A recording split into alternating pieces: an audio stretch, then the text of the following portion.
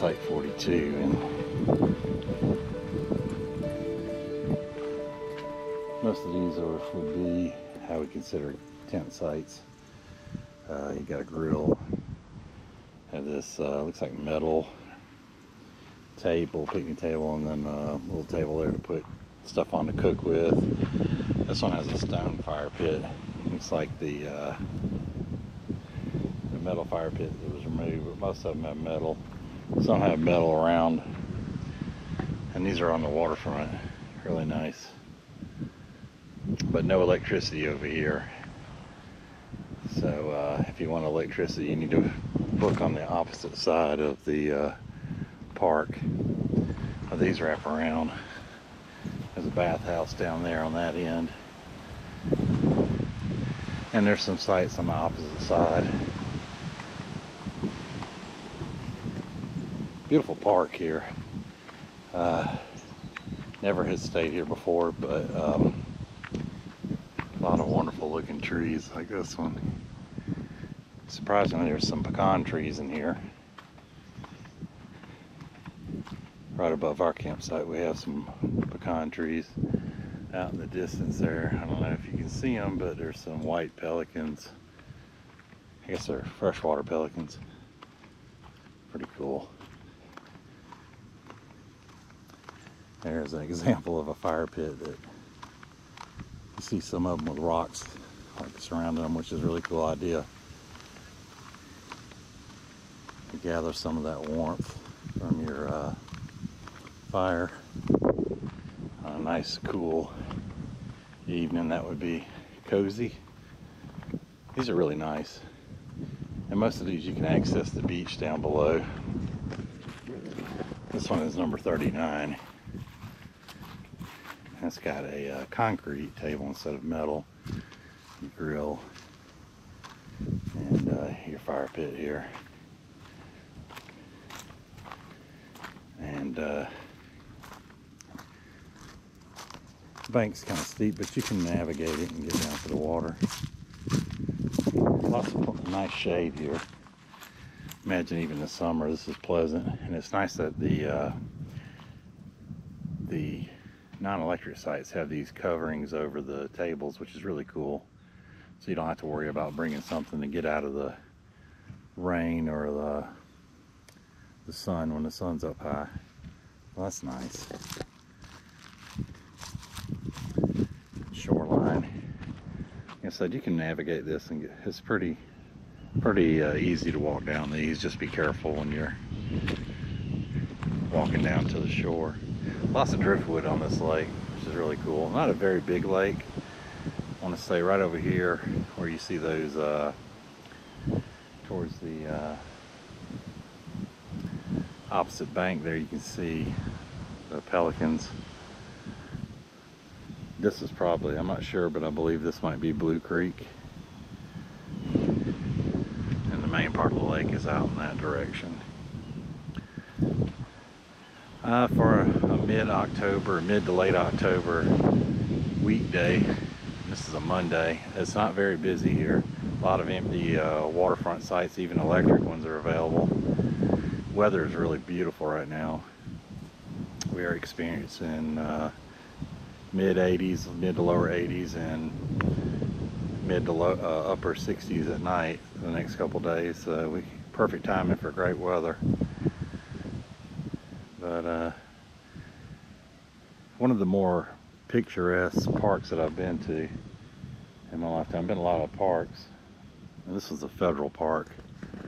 A really cool place. So we have like a parking area here, and looks like a day use picnic area as you come into the park. Park entrance is right over there. That's the road going out of the park and coming in, but your park entrance is there. You'll turn right, and you'll, as you can see, everything over in this side is all powered, like RV sites. There's waterfront and interior sites, and then if you go straight coming through the park entrance and go to the left over there in that corner, all your non-electric sites. tent sites, and there's one right there. You can see it with the cover just beyond the gate over there. But it looks like a day use area where you can enjoy the lake and cook on the charcoal grills here and have a picnic. There is some other amenities over here, and you can, it looks like you can reserve these. There's a sign here that talks about that, gives you the phone number and where to make the reservations, but these can be reserved. Probably first come, first serve otherwise. And in addition to the grills, you do have water here also. There's a water spigot. Lots of nice shade. There's a playground over here. Looks like a volleyball court there.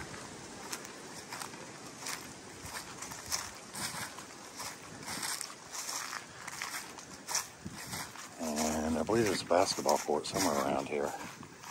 We'll come to it. It's closer to the bathhouse on the opposite side. That's the playground. A really nice playground for a government park. Not bad at all. You got little ones. Looks like you have both men's and women's restrooms and bathhouses here. And we'll take a look at them, just make sure nobody's in there. Looks like a well kept up building.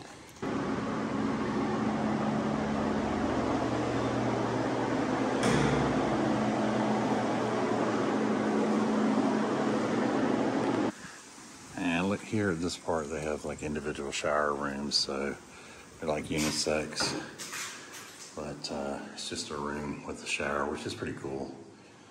They're all accessible. They have a bench, handrails.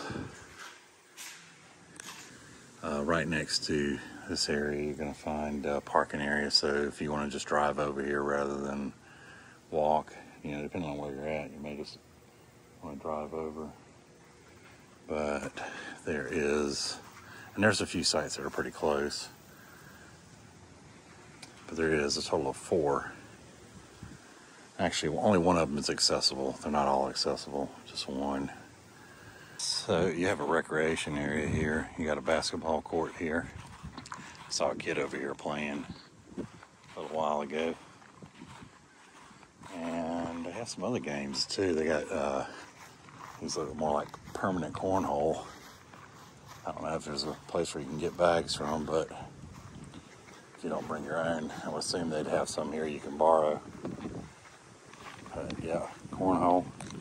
This is actually, looks like concrete. I don't think I've ever seen a concrete cornhole game.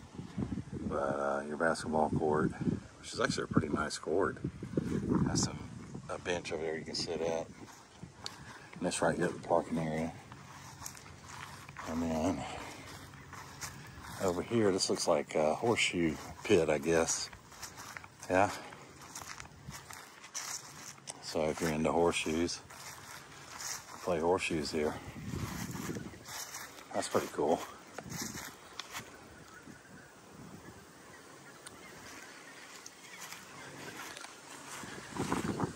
Really nice amenities for a park like this. So throughout the park, it looks like they do have some water spigots, a public water spigot, and there's one right here actually.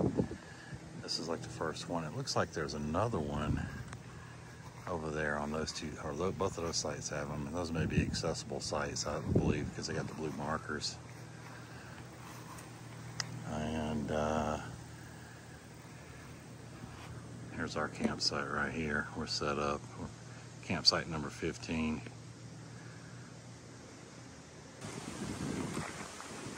And then site number 13. Although they're not very close to the bathhouse. Bathhouse is way up there. I would think they would have them closer to the bathhouse. But these are the 2 accessible sites that they have here. Out of all of the sites, this one seemed like one of the better, and site 15 seemed like one of the better. sites to set up tents, and that's why we selected this site. Good shade, close to the water, and lots of level green space for a tent. So if you're planning to tent camp here, this is a good site if you want to be close to the water and have a nice view. Site number 14. So looking at the typical amenities on a regular electric site, you got you could back an RV in here pretty easy. Most of the sites are angled like that where you can get in really easy. Really nice waterfront site. I actually could have booked this site. I was thinking about booking this particular site, but I knew that we were going to have two really large tents because we were bringing these tents here. And I knew that we wouldn't have, we would need a lot of space, flat space, and they have really good pictures on their website. But I was just a little concerned that this area here would not be big enough for our two tents. It turns out we probably could have managed with it. It is a little bit bumpy and not flat, but we probably could have managed with it and been on the waterfront.